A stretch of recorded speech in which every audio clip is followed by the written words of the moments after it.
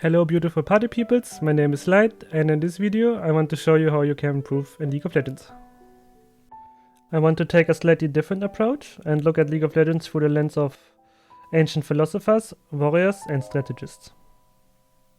The main ones I want to talk about today are Marcus Aurelius, a Stoic philosopher and Roman emperor, most famous for his private notes to himself called Meditations. Miyamoto Musashi, a famous ronin from Japan and the author of the Book of Five Rings, or Gorin no Sho. And lastly, probably the most well-known one, Sun Tzu and the Art of War. League of Legends is a game with many random factors that are out of our control, with the only constant being us. You get assigned 4 random teammates with no way of knowing how a game will actually play out. If you want to win, you are at the mercy of the teammates you have never played with before, and a lot of times, especially if you are focused on winning the game, you will encounter people that are flat out toxic, start trolling after just one tiny thing goes wrong, and thus making it impossible to win. Not only that, but what happens after is usually a feeling of helplessness, anger and frustration. We feel helpless because the progress, the LP that we started to build up gets taken away from us, with no real way to do anything about it, but to sit out the rest of the game and take the L. And then in the worst case, it will turn us into one of them, the toxic people. Basically, it takes the whole team to win the game, but only one person to ruin it all. And if anyone is wondering, this is a Master Sealer game, and this guy is Grandmaster. After losing 1v1 2 times in a row, this guy decided the game is just over and went bot lane permanently without stopping ever. Just for the entirety of the game. It's kind of soft inting. Not hard inting, he's not running it down mid, and it's not AFK, he's just coming bot lane and just going in whenever he can. But this still makes the game unplayable for us in the end. And here's another clip of someone running it down bot lane again. Seems to be a very, how to put it, popular tactic with the kids these days. But this time this guy has a more impressive scoreline.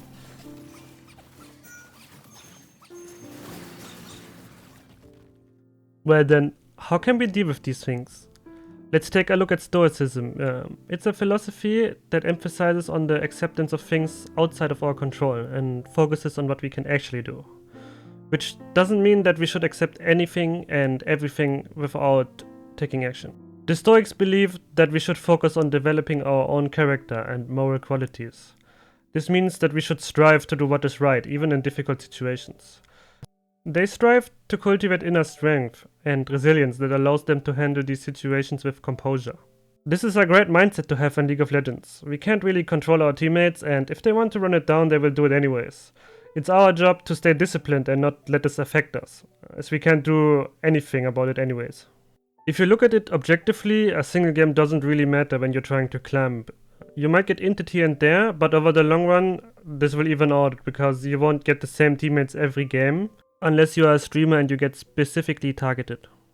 If you believe that you have someone who's inting you every game, you either don't have enough games, so the sample size is small, or your mental has already been afflicted and puts you in a state of mind where you have self-fulfilling prophecies and you are unconsciously sabotaging yourself, thus making you the inter.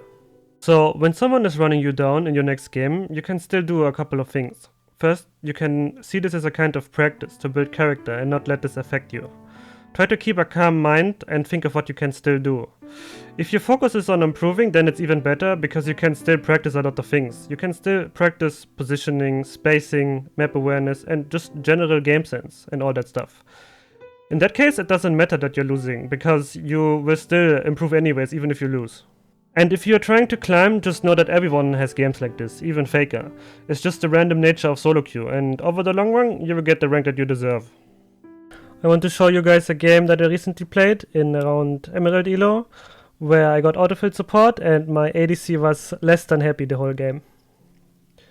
And I will show you how to deal with this. So let's go over what happens here really quickly. Both sides don't have to pull, meaning we have to both fight for priority over the lane.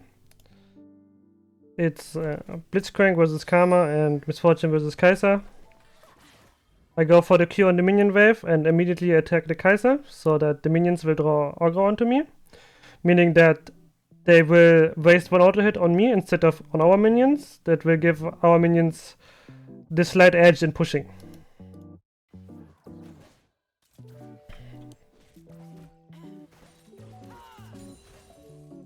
Also good.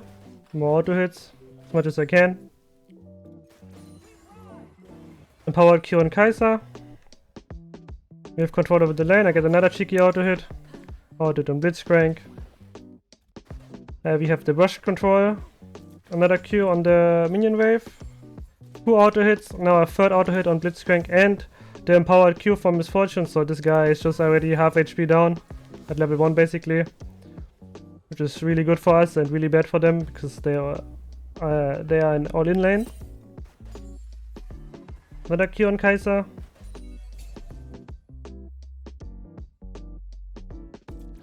And now, unfortunately, Misfortune, even though he's playing the fastest champion in the game and there's just a free minion wave coming right now, he decides to not stand in between the minion wave and he gets hooked for free. Like, he should be standing where I'm standing, right about here, or like more on the right side so the Blitzcrank doesn't even have an angle on him.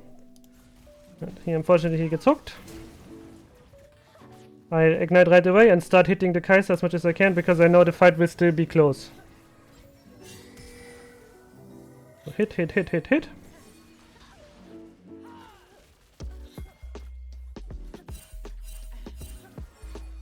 Yeah. Here I go for the flash Q.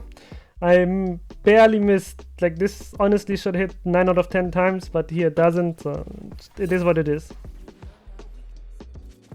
Luckily, she still dies to the minions, and Shaco died too, to the WF invade. So then after this, we are back to the lane. And the lane is in sort of like a bounce back position, meaning it will push back into our turret if we don't push it. Here I Q the minions. My intention was to Q the Kai'Sa and the minions. And get some harass, but Misfortune did not like this one bit. I do understand her, like she wants to have the minions on her side of the lane because Blitzcrank at this point is really fucking dangerous. If he just hooks one of us, they will probably just kill us. But in my mind, we are both one minion, or at least me, we're both one minion of 3. This guy too. And we could still fight back instead of giving up the whole lane. I didn't realize this at this time, that he was just done after I queued the minion wave. I guess this made him really angry. Starts pinging me. Then again, I didn't really know what's up, because I'm not used to players giving up this quickly. It does happen, but it's pretty rare, to be honest. So here I realize, okay, this guy does not want to play with me anymore. He just completely abandons me. So I respawn. Quickly back to the lane. And I go for another thing, like a empowered Q on Blitzcrank to just get some harass. And I took 2 of his precious caster minions. How dare I? And this is the last straw for him. Now he's completely done. He's like AFK under the turret. He's really unhappy. And he refuses to play. It's like some people just have the mental fortitude of a cucumber, not gonna lie. So what can we actually do here? Should I start blaming this person and start trolling him out of spite? He's blaming me right now, even though he's playing the fastest ADC in the whole game, and he got hooked for free even though there was a whole minion wave there to take cover behind. So he's the main reason that the lane is in this state to begin with. The answer is pretty simple. Instead of blaming each other and typing in the chat, being AFK and all that stuff, I just start going somewhere else and play the game as best as I can, just doing what I can wherever I can. There's no crazy 4D chess moves or like these secret techniques or anything like that. It's just, I'm Karma, I put shield, I put W, I press Q, that's it. But then I guess the secret is in how you look at these things, how you react, and what you make out of it. We get a counter gank here in mid, and after that we take the grubbies. It's really good against the Belveth because then she doesn't get the bonus, and this will help us to take down the turrets later in the game. Now after recalling, I don't want to go immediately back to bot lane. It's not like I want to abandon this guy completely. I will still go bot lane if it's needed. But right now I want to keep control over the center of the map, so I head towards mid lane because this will give you an advantage when you're roaming. So if you're going mid, you can react to anything that would happen on the map. For example, if there's a fight breaking out on top lane, you can just head top lane from there. Or if there's something on the bot lane, you can just go bot lane. Whereas if I went bot lane now, I could only influence the bottom part of the map and middle. The top part would be so far away that I would never be there in time. I try my best to stay calm and focused on the game instead of fighting with someone, and I try to direct my mental energy towards finding openings in the enemy's rotations. This is something that can only really happen if your judgment is not clouded by anger. We eventually ace them and get the free Baron of this, and we just completely turned the tables on them. Now they are the ones that are behind and we are turbo fed and giga ahead, and they just can't do anything anymore. From here on, the game is just over. Next I want to talk about Miyamoto Musashi and how we can apply his wisdom to League of Legends or really anything. I'm going to read from the first book, The Scroll of Earth. It's pretty long, but bear with me because it's just full of wisdom. The master carpenter, knowing the measurements and designs of all sorts of structures, employs people to build houses. In this respect, the master carpenter is the same as the master warrior. When sorting out timber for building a house, that which is straight, free from knots and of good appearance can be used for front pillars. That which has some kind of knots but is straight and strong can be used for rear pillars.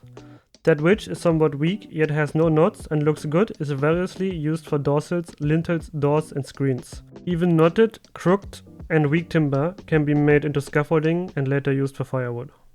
As the master carpenter directs the journeymen, he knows their various levels of skill and gives them appropriate tasks.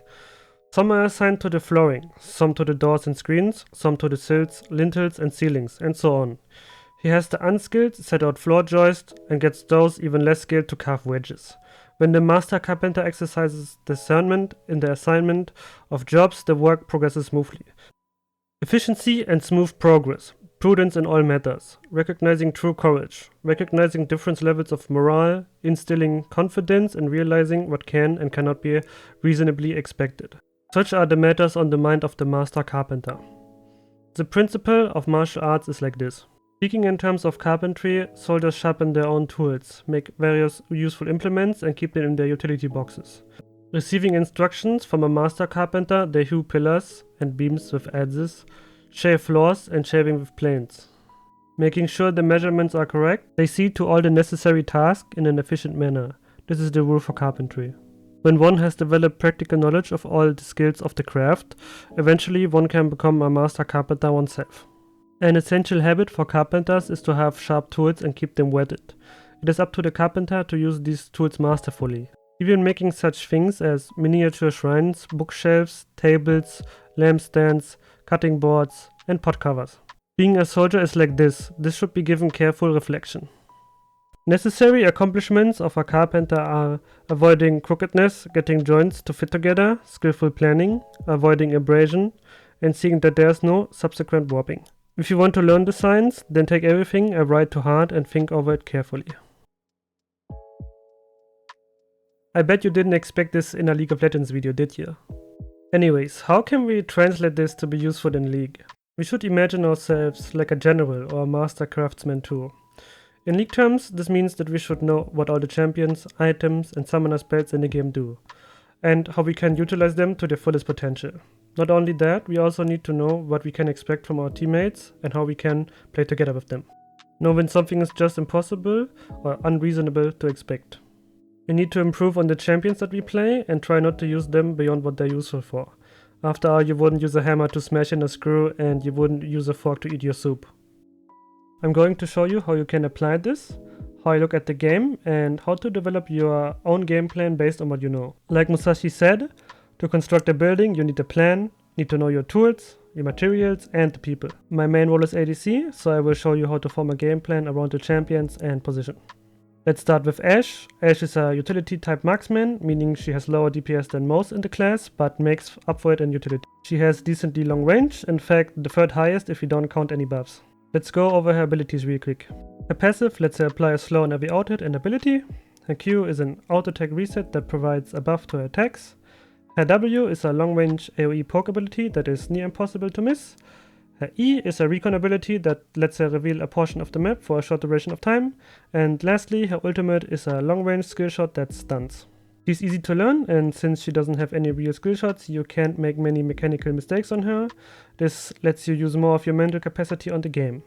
She doesn't have much upfront damage and takes a moment to ramp up. She's strongest when the enemy can get in range and has no gap closer or wasted it. She's still effective when behind because she can always slow or stun instead of just being able to provide damage for the team, unlike most marksmen. And lastly, Hawkshot gives vision over objectives and lets you track the enemy jungler easily. It's important to analyze what your champion actually does, so you have a better understanding of how they fit into the game and what they can and need to do.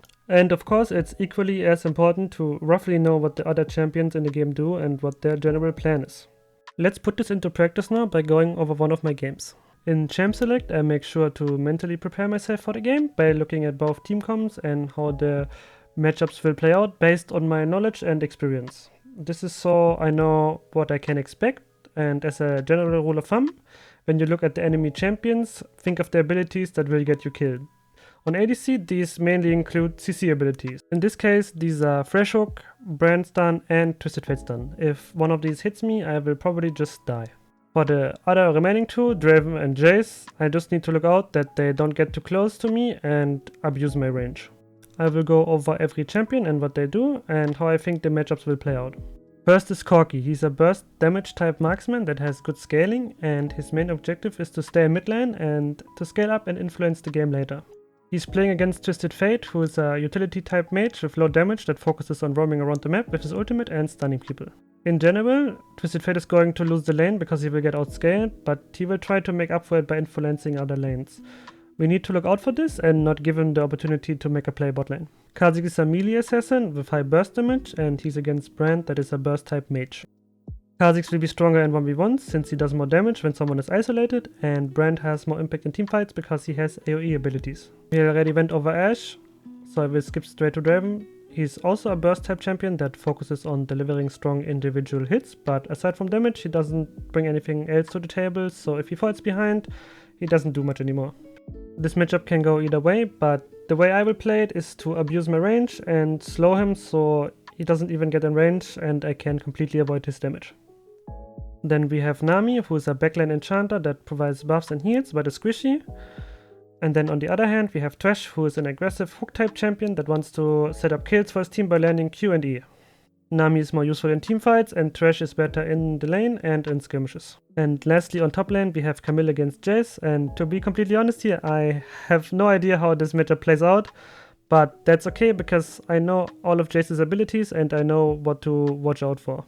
From these team comps, we can already see what my job is going to be in this game. My whole team comp is mostly damage with almost no CC, so I will be the main engage with my ultimate and also be the main person to catch the other team when they are out of position. Basically, I just need to land my ultimate on someone and my team will kill them. My damage is not needed here. Ashe is a really good pick here since the enemy team essentially picked 4 squishy champions that I can ultimate for free and get kills on my team this way. So let's finally start with the game. Again, both sides don't have to leash. I don't know this at this time immediately because they didn't show on the lane. So because they didn't show on the lane and they are not in one of the bushes, I assume that they had to pull. For now, I start hitting the wave once to get like a tiny push, but here is already the first mistake from the enemy team, which is that in fact they did not pull. Thresh is late to the lane. And Draven is trying to do some damage control right now. He's already on the lane, but he knows he can't step up because as soon as we would realize that he's alone, we would poke him and he would lose a lot of HP. So Brand starts topside. Go back to my view. So now, from the timing, I right away know that these guys came back late to lane. And I try my best to not push too hard so that like we will reach level 2 before them but not have the minion wave at the turret. This is so that we can easier avoid their ganks and also so that we don't overextend too hard. And from here on I will try to match the Draven's auto attack so the lane will be still in the middle or the minion wave at least. Nami lands a great bubble and I get a W off, so this guy is already chunked level 1. It's not playing the best.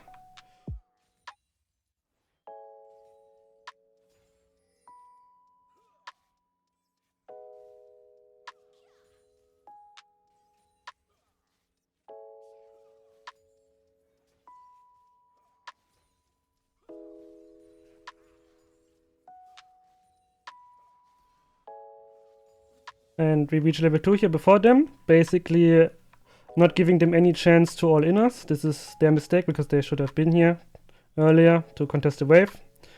I like to level up my E second instead of Q. I know many people like to do Q, but I like to do E so I can get the information on the jungler. Really strong ability. Unfortunately, I mean, it's a good angle. It's how to put it. I would like to see more of the red buff. It doesn't matter in this case because we get the info. But here you can see why this ability is so strong. You can see all the jungle camps. And in a second we will be able to tell where Brand started. So we see the top side blue buff is gone and the Gromp is gone. So we know this guy started top lane for sure. Whereas before, even though they didn't leash, we still have to respect Brand because he could do the leashless red or start at the Raptors. Just like Kha'Zix did. Kha'Zix also started without a leash. We want to avoid getting ganked and putting ourselves behind. So now, actually the crazy thing is, and that's really good, is that Kha'Zix also notices this and he will abuse this information in a second because he did his 3 camps on our side and now he realizes that the Brand started blue side and Twisted Fate is dead. And thanks to the information of the Hawkshot, he knows that the Brand has to be here at red buff. And like I said earlier, Kha'Zix is just way stronger on 1v1s. So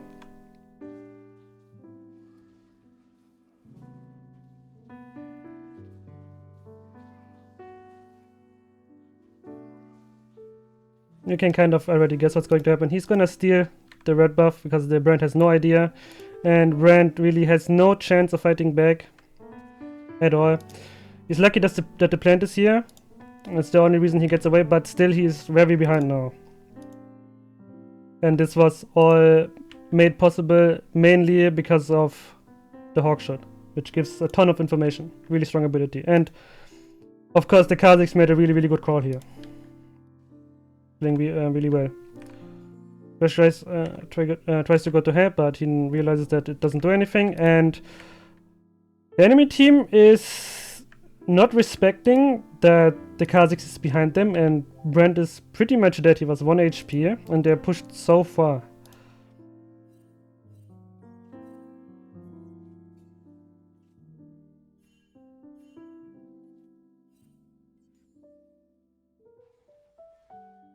They can't make up their mind. They try to help, but then they don't go to help, and actually don't know where the Brand went. He is actually at the blue buff. He's crazy. He wants to do it like the buff and the blue buff, the Crux with 1 HP.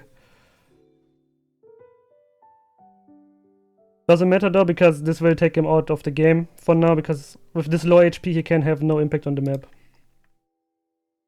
And their bot lane didn't respect our Kha'Zix, and this is really lucky actually. The Nami lands a really good bubble, making the Thresh flash, but the Thresh didn't realize that the Kha'Zix is already behind him.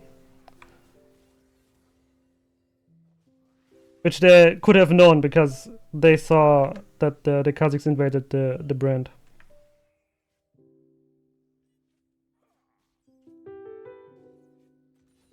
Yeah.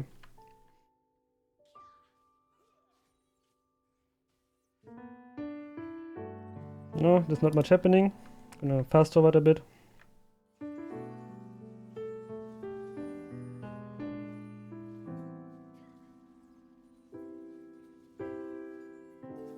Now with the recall, I have enough money and a bit more to get Berserker shoes. And this is really good because the main abilities that I want to look out for are the Thresh Hook, his E, and the the brand stun, and all of this is dodgeable by moving. And also with the boots I can abuse my range a bit better, since they're all low range. This is almost always a better buy over just pure damage. At least in this matchup. If you're playing with an engaged support, if I had maybe maybe Nautilus, Leona or something here, I would go for Longsword or just pure damage, whatever Kraken Slayer is built off right now. Because then you don't need the movement speed from the shoes, you can just get pure damage and help with the burst.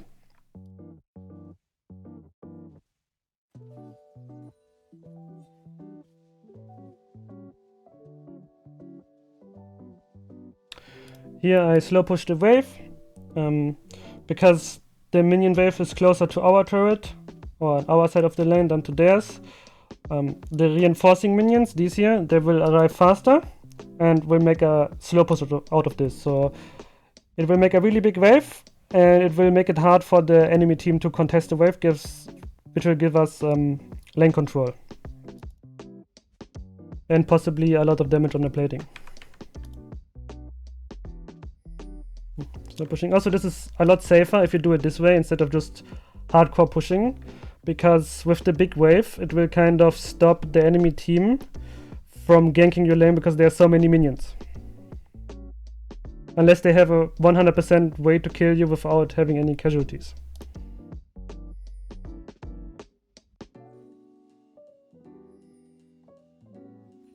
And what's also great about this, if you have downtime like this and there's no pressure on you, you can focus on the game and focus on what to do next.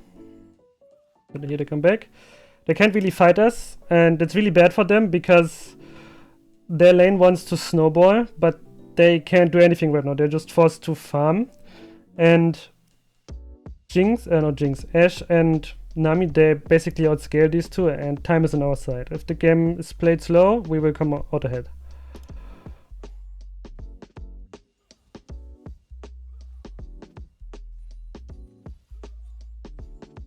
W, not much happening. I'm just, now that the lane is in this position, further to the turret, and I'm scared of getting ganked, I will try to push the wave into the turret as fast as I can to create a bounce back, so that lane or the minions will be on our side of the lane, right about here again, so that I don't get ganked.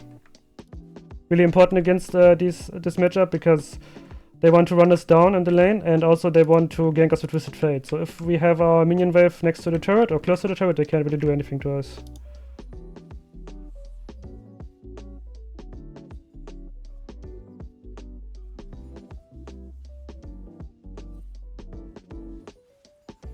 Now we see Twisted Fate is roaming. We push in the wave into the turret, which is really important, because now it will create the bounce back situation that I said earlier, and will make us like immune to ganks. But the timing is also really good again here from Kha'Zix. He knows exactly that Brand is gonna be here, and he counter ganks. And a really bad thing from the Thresh is not that experience of a player, I can tell. He doesn't really play support, I think, and he doesn't play Thresh, because this movement that he does right now, the body language, it indicates that someone is here. And if you look in the minimap, Twisted Fate is still far away, so that can only mean that Brand is here. See how he moves? He like moves up so far behind the minion wave, even though he knows that he's weaker. Like earlier, he just got completely blasted, and usually when that happens, people tend to like have a more defensive stance once they realize that they can't get away with anything they want to do, or with everything. So, makes it really obvious. He stands next to the wall. What happens next? Who would know? Lantern over the wall. And here's the gank. Again, really, really good of Kha'Zix. He reacts really well to this. I had to flash forward here. I barely didn't get the kill. It's really sad. I tried. I think I cancelled my auto attack, but it doesn't matter.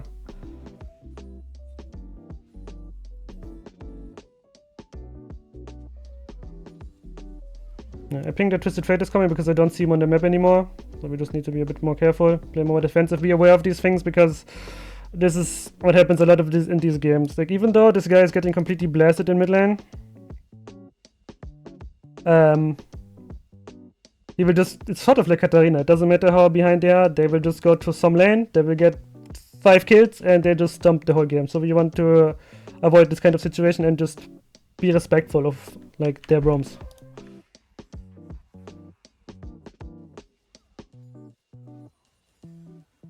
Yeah. We try something here, it doesn't, I don't know what the plan here was, there's nothing happening here because we have no CC. But since they're low, we have control over the bottom side of the map and we can just take the dragon for free. Yeah. I notice that they go back, so I try to push the lane as fast as I can so I can get my recall off. Recall here. Trying to build Kraken Slayer this game. Don't know what Nami's doing, like she has no reason to stay here. She gets the plating, but then... Yeah, I don't know what she's doing really. She should... well, I guess she wants to... what is it called? What? Did I just see? But there's some... I guess, I don't know. So I get back to the lane here.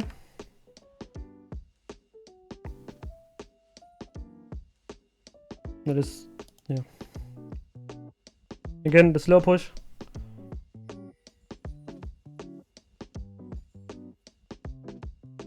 Especially good because Nami isn't here, so I don't put myself in any danger. And here is what I talked about earlier, that you need to know every champion in the game and what they do, what they want to do, and you need to respect this zone of influence that they have. Like you can see that Twisted Fate is positioning right now to ultimate and we have no business of being here, and I know this, that he wants to come gank, so I don't even go to help this guy. I ping him back. I think Kha'Zix pings him back here, pings him back too. Yeah, you can see that he's pinging him in the chat, me too. But Denami just doesn't know any better, he doesn't have this kind of awareness.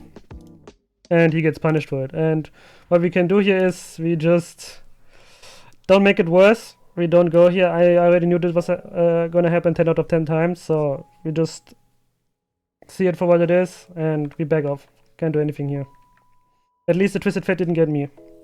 It would be way worse.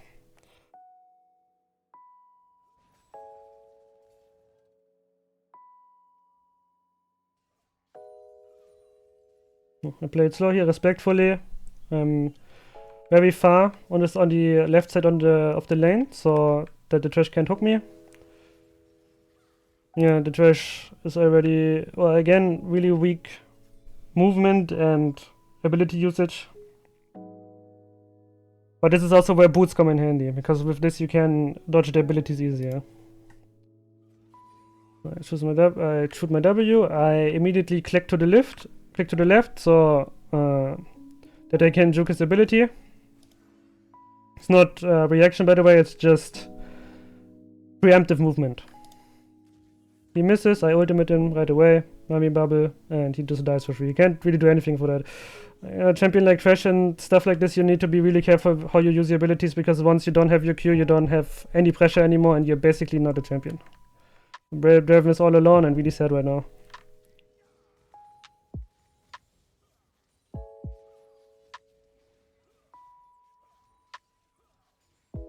Poke him, poke the turret, beat up again.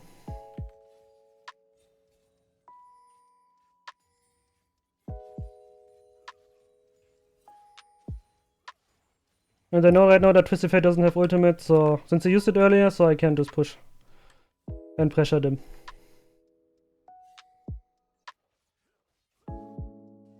And also Kha'Zix is on the side of this map, so Nami gets hooked.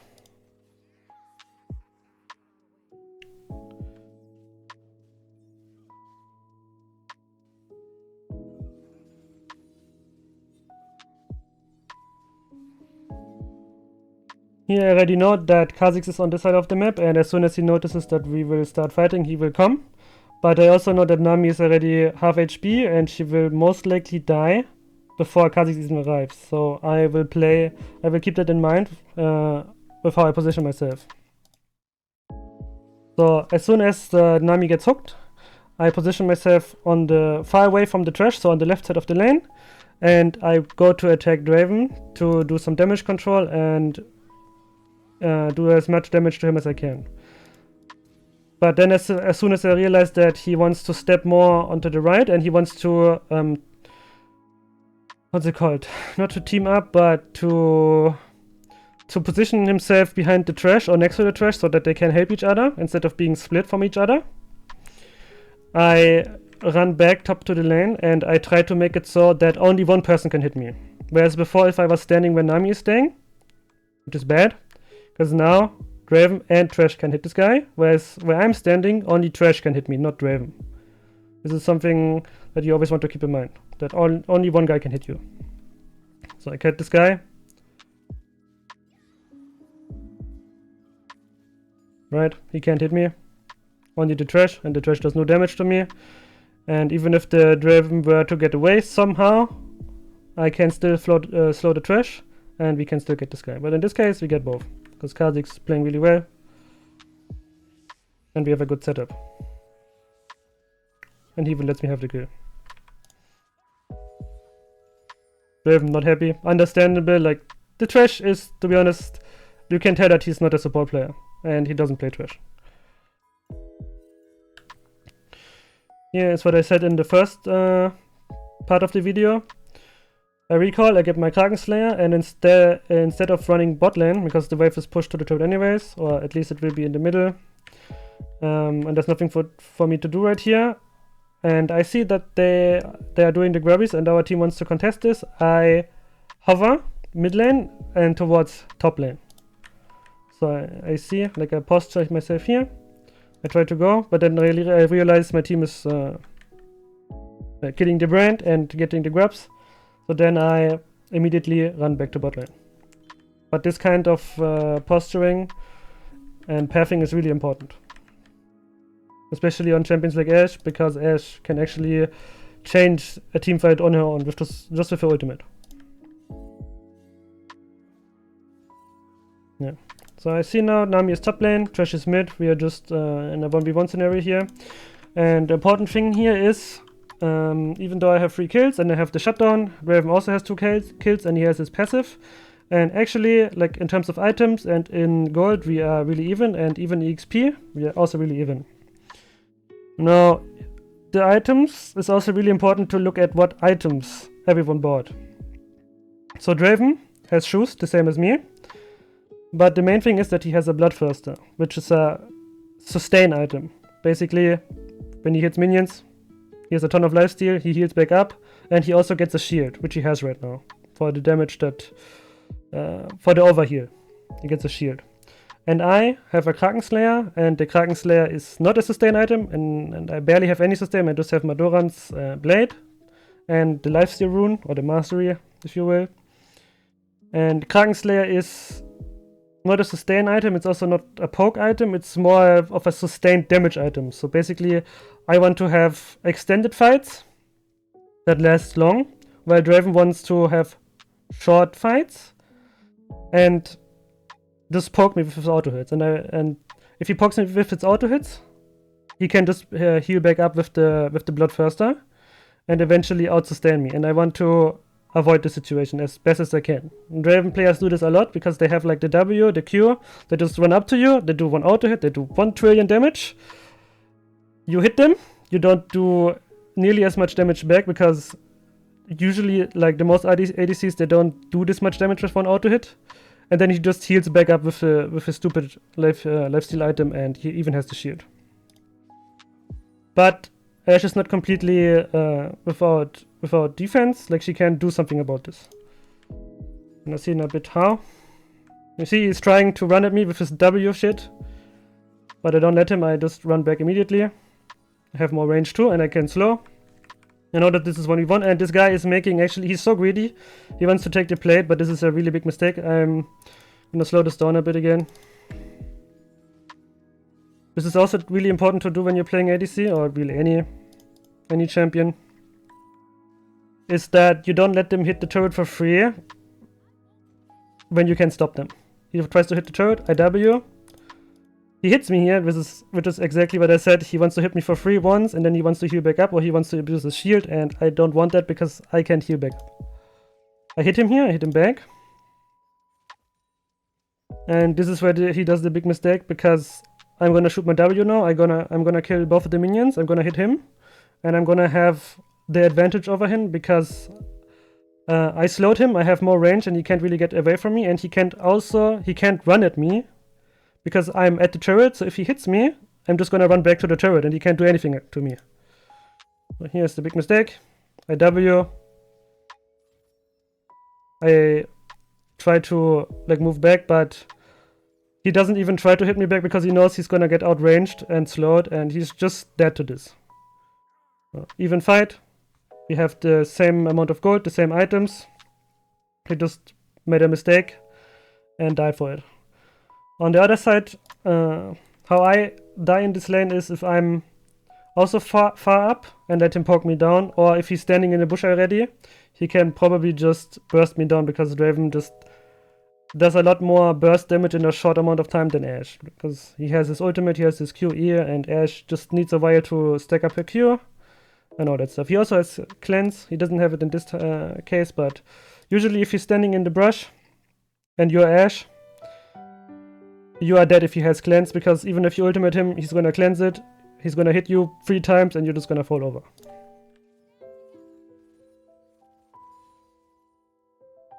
I kill him. I know that there's no one to stop me here.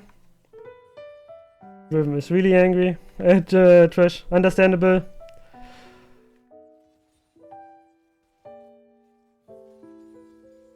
Do the hawk shot to get some information of who's actually coming to the lane. I want to know if the support is coming back to the lane.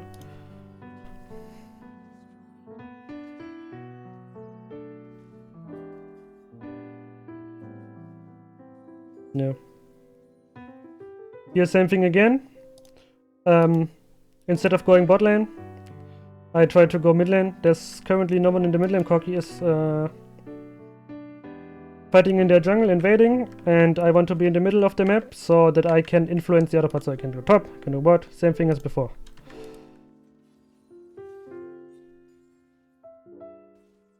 Now, I know that I can't help you anymore, so I don't move, I just stay in mid.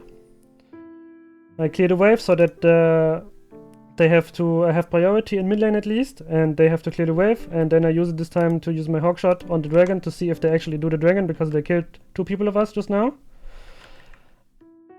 And I take my time to clear the vision here to get some control.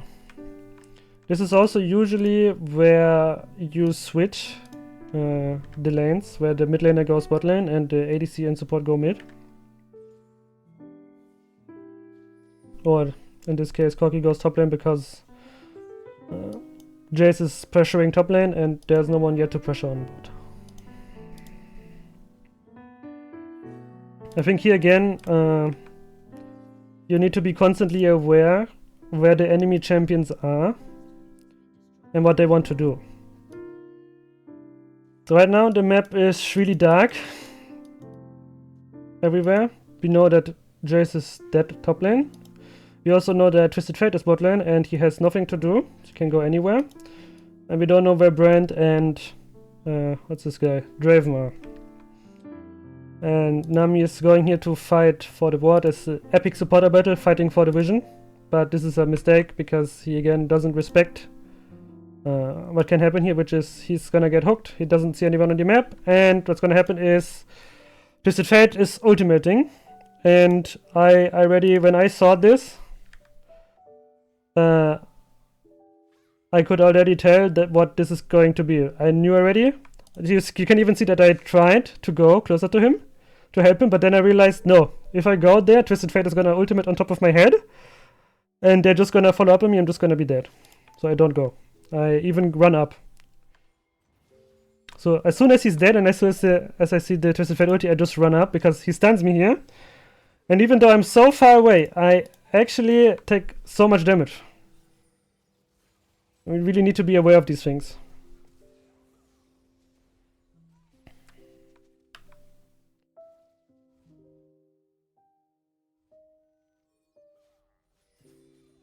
Yeah. He's taking a bit too much, but main thing is I don't die and I clear the wave. Get my items. Raven loses his mind here. He sees that I'm low HP. And he wants to kill me. To be fair, on Draven, like it looks like he is like running it down, he's inting, but Draven is like a special case because if he gets like a kill, it's much more worth on him than on other ADCs because he gets a lot of gold for it. Because of his stacks, his passive. I see. Bot lane is not occupied right now. They're doing a play. I run bot lane. I think I realize soon that there's no point for me being here. Let's see what I do. It's not really fresh in my mind, this game. Okay. With the lane assignments, in general you want to go mid, but it's also important that you are flexible and play according to your teammates. And if there's someone mid already, you don't go mid, unless you have a special reason to do so, so just go bot lane. So. Twisted Fate, I have no idea what he is doing, to be honest. I think he already lost his mind. That has no idea that Nami is here, but he should know that I'm here, and his champion is so low range, and he has no real damage to contest me that if he gets slowed, he can't do anything against me anymore. So he gets chunked, we are 2 here. He doesn't die unfortunately because I miss my ultimate in the end, but he also flashed, so that's worth it anyways.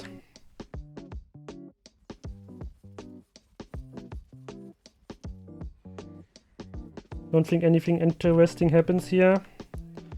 Aside from me pushing bot. We're pushing bot here, by the way, because I know that no one can really stop us. Like, Twisted Fate is usually the person that does the gank and creates the numbers advantage, but since Twisted Fate is here, I know that the other members of the team, they don't really have an engage on us anymore. There's also really a strong thing about Ashe and Nami.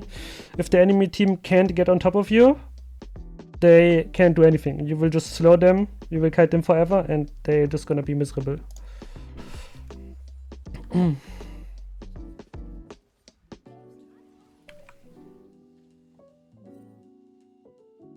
Let's see what happens.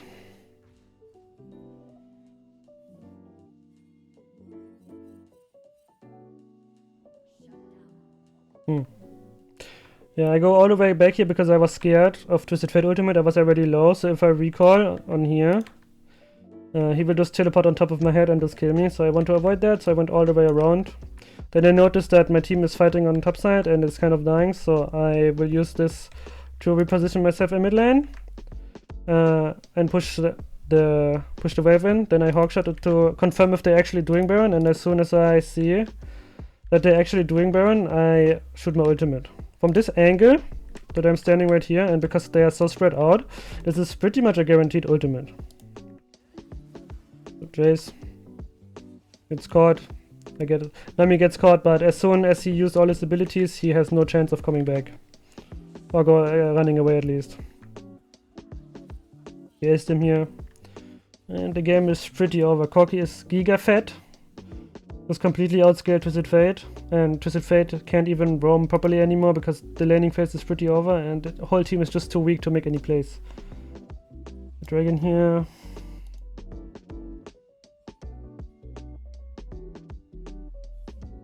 Again, I'm around mid, so I can roam to anywhere, and then I notice that Kha'Zix is fighting on top lane, so I try to help out. It's not really needed, but just in case, I'm here for the plays. There's nothing else for me to do, and of this we can get Baron.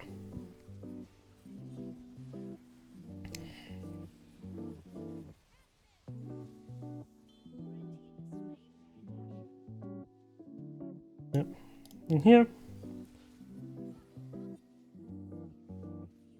We push the wave. I want to keep the pressure up because we have the Baron buff, but I don't want to be so far up that we can get ganked. We have so much vision here right now, so we know that there's no one behind us, so we just need to be careful in front of us. And here again, if they don't manage to kill us, to burst us down, then we can just kite it out and they can't do much about it. Didn't expect him to flash on me, but I know they don't have enough damage. I don't know why the trash didn't hook me. Should have just hooked me instead of Nami, because then I wouldn't be able to kill them, both of them here now. So I kite them.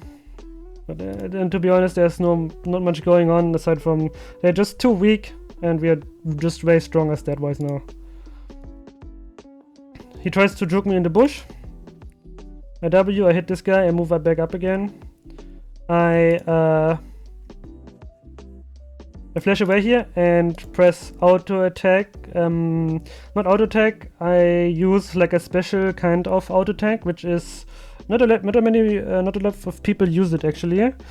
It's not auto attack like where you click the A button and then left click. It's sort of like smart cast auto attack where you just have to press A, and that is just way faster than normally auto attacking because you remove one step. And this is why this guy gets killed here, even though I flashed away. Well, let's look at it again. Because my intention was not to do this kind of thing. My intention was to dodge the trash hook. I'm just looking at trash here, not looking at twisted fate. And I'm looking to as soon as I see the wind up for the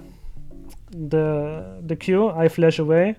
And because I have the smart cast attack move, it just happens that I fade away auto attack this guy. Yep.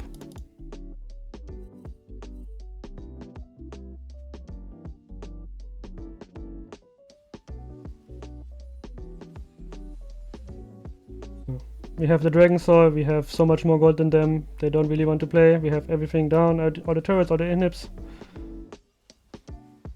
And because they are helpless, I get to end the game with a pentakill here.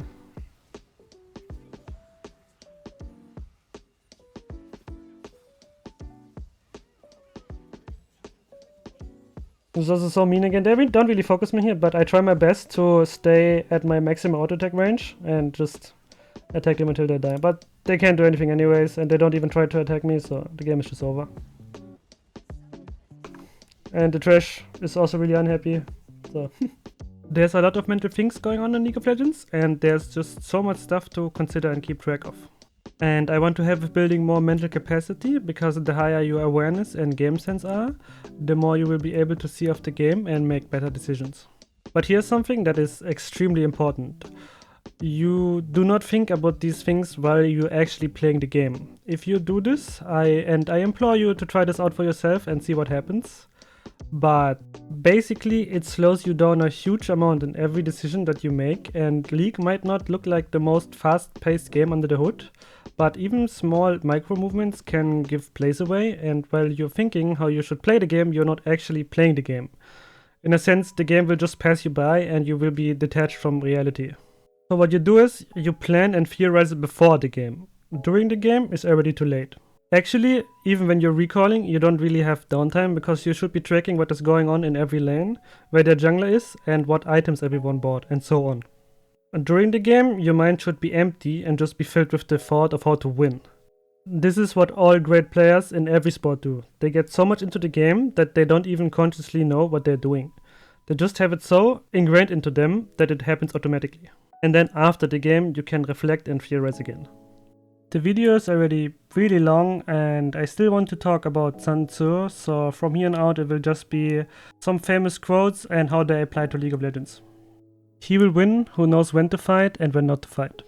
A good example for this could be me versus the Draven under my turret when I had the Kraken Slayer and he the Bloodthirster, and I explained how I want to approach this 1v1. In the midst of chaos, there's also opportunity. This refers to the random nature of solo queue and how everyone has different mindsets and perspectives on the game. You can always come back in solo queue because there's no one that is making the optimal play 100% of the time, especially in lower elo. Victorious warriors win first and then go to war, while defeated warriors go to war first and then seek to win. This is what I was saying just a second ago. You want to plan ahead and prepare yourself as best as you can to win the game before it even starts. Trying to think during the game is too late. And here's perhaps his most famous quote. If you know the enemy and know yourself, you need not fear the results of 100 battles. If you know yourself but not the enemy, for every victory gained, you will also suffer defeat. If you know neither the enemy nor yourself, you will succumb in every battle. And this is what I was trying to convey in the last part of the video. If you know what your champion does and how they fit into the game, and then on top of that, you know what your enemy tries to do, your chances of winning skyrocket. While if you don't know anything, you will just lose. Or if you are half-baked, you will be 50% win rate Andy. Quickness is the essence of war. In League terms, this refers to what everyone calls priority or initiative. You always want to be one step ahead of the enemy and be in a commanding position. To secure ourselves against defeat lies in our own hands, but the opportunity of defeating the enemy is provided by the enemy himself. Very true in League. There's no special trick, just be in a position where you don't put yourself behind and then wait for your moment to strike. Foreknowledge cannot be gotten from ghosts and spirits, cannot be had by analogy, cannot be found out by calculation. It must be attained from people who know the conditions of the enemy. This one is very important. You don't want to make stuff up and run circles in your own head. This is something that Dr. K at Healthy Gamer said, but basically you can't really think yourself to a solution. No amount of calculating and theorizing will get you where you want to be. You need to obtain your information from actually playing the game and gathering experience to feed into your brain. Thinking and calculating is good and it has its place, but it's still detached from reality in a sense. And then of course this also refers to vision control. You don't want to assume where your enemy is based on stuff in your imagination and what your teammates tell you, but you need actual vision to be able to tell what the enemy will do next. Hello to the one person that somehow made it to the end of my video. I hope this was helpful and interesting in some universe, and I just want you to know that you're beautiful and that you have a massive horse clock. Thanks for watching.